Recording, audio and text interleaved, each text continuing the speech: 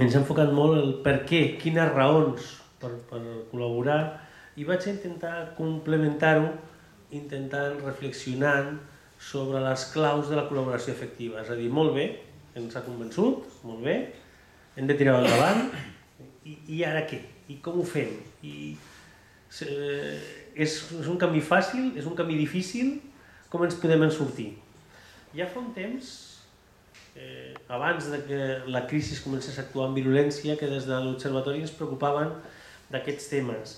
I vam fer una publicació que va ser pionera, que es deia Junts per la Societat, en la que intentàvem analitzar experiències de col·laboració al tercer sector social a Catalunya.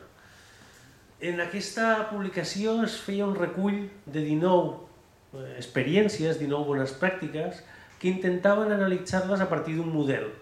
Per què? Perquè si no intentàvem modelitzar és difícil aprendre.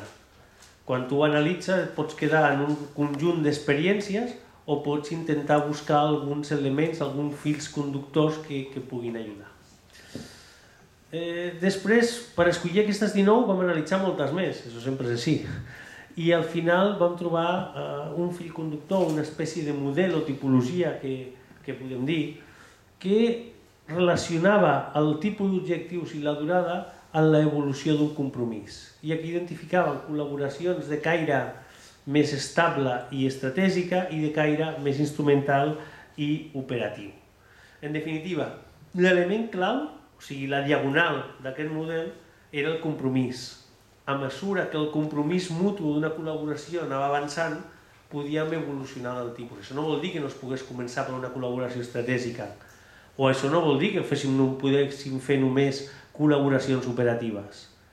Però el més normal, el col·laborar, és, entre cometes, agafar-li gust. Qui col·labora, qui comença aquesta hibridació, aquest mestissatge, qui troba el plaer de descobrir el que aporta la col·laboració, normalment va a més. Després ho veurem en alguna de les experiències. És com un gusanillo que s'hi fica dintre i que continua, no?